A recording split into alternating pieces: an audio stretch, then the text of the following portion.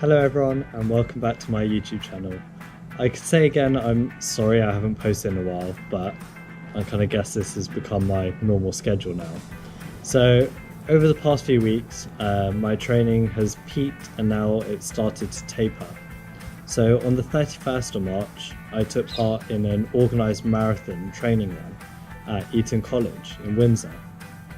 This I think has been the most challenging run that I have done so far, but it was also the closest feeling to the actual day. It was a 20-mile run which was 5 laps around this Olympic rowing lake.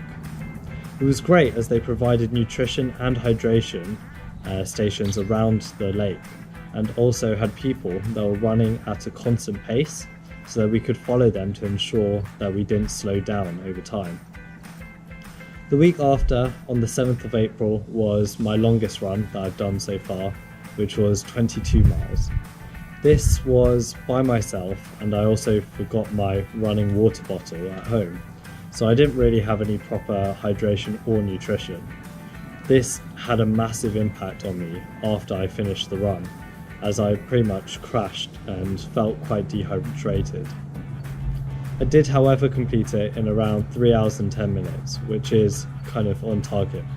Since then, the runs have got shorter in the build up to the actual day. One of the questions that lots of people have asked me is, will you ever run the full 26.2 miles before the actual day?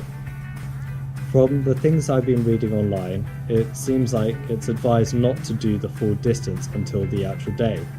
This is purely a mental thing, as on the day you won't have any sense of accomplishment by completing the marathon, as you've technically done it before.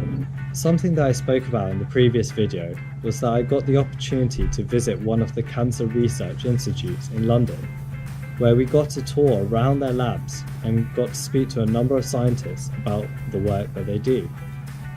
This helped me to better understand the work that cancer research do and how it helps to find a cure for cancer. One of the scientists that we spoke to had this demonstration, which was a bucket filled with water and Lego. They then dropped in a bead and asked us to stick our hand into the water and try and find the bead just by feeling and not looking. This was an analogy for the research that they do. They're explaining that the bead that they put in was a cancerous cell, and all the other bits and bobs were our normal body cells. So their research was essentially trying to figure out a way to identify and locate this cancerous cell within the body. This would then allow chemotherapy and other cancer treatments to be more effective, as they wouldn't affect the normal body cells as much. We then got an opportunity to go on a lab tour where they showed us the equipment that they use and also gave us a go to try out a basic experiment. They had these blue dots which were pieces of DNA. They then gave us these fancy pipettes and we had to place the DNA into these wells which were within the agar jelly. Then what they did was they passed an electric current through the jelly, which then separated out the DNA. This meant that it could then be more easily analysed. After the lab tour, some of the scientists had created this escape room, which we all got to attempt.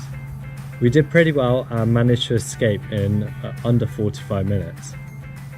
Overall, it was a great day and taught me more about what cancer scientists are doing to try and find a cure for cancer.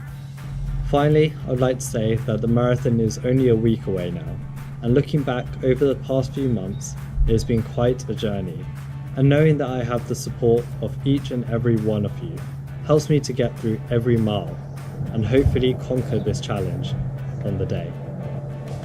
I'm so close to my donation target and would really appreciate any donation that you would be able to give.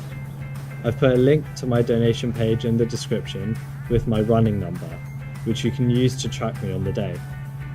As always, thank you again for all the support that you've given me so far, and I'll speak to you all soon. Bye.